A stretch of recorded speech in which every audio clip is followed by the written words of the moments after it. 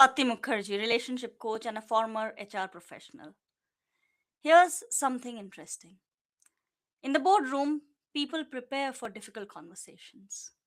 They think carefully about tone, timing, and outcomes. But at home, we walk into the most important relationship of our lives with no awareness of how we can handle conflict. And when we are surprised that the same argument repeat again and again. Tonight, I want to show you three conflict styles I see most often in couples and how recognizing your pattern is the first step to changing it. In organizations, we call it conflict management. In relationships, it shows up as survival patterns. Most people fall into one of the three categories. One, the aggressor. This is the person who pushes hard to win the argument. At work, this can look like a strong leadership or decisiveness. At home, it feels like criticism, pressure, or emotional attack. The intention may be to solve the problem, but the impact is that the partner feels defeated, not understood. Two, the avoider. This person withdraws from tension. At work, they can stay neutral and keep the peace. At home, they go silent. They walk away from conversations. They hope the issue will disappear on its own. But silence does not create peace in a relationship. Silence slowly creates distance. Third, the passive aggressive style. This is very subtle. There is nothing is said directly. Frustration leaks out through sarcasm, sighs, coldness, or the classic "I'm fine." The problem is never addressed openly. Over time, resentment quietly replaces intimacy. None of these styles build connection. They only protect the ego in the moment. The real shift in a healthy relationship is learning assertive communication. Assertive communication is leadership applied to intimacy.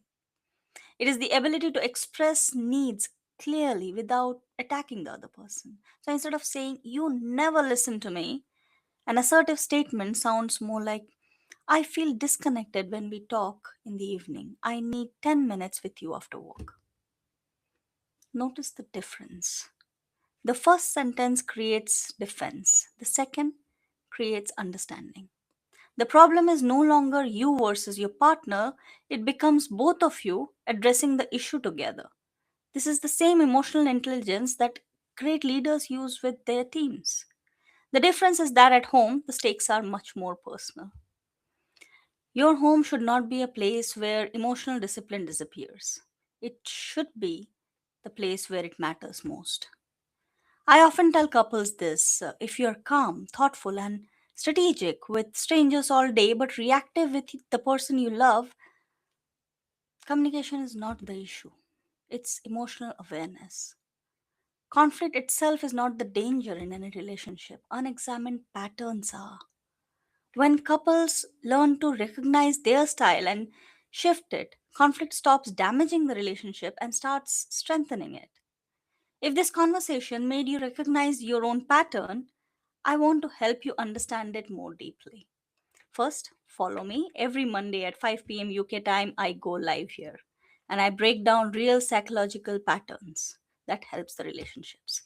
No vague advice, only practical tools. And second, comment style, and I will send you my conflict resolution style quiz for you to identify your own patterns. Because healthy relationships are not built on luck. They are built on awareness, skill, and practice. And that is exactly what we work on here. Thank you for listening to me.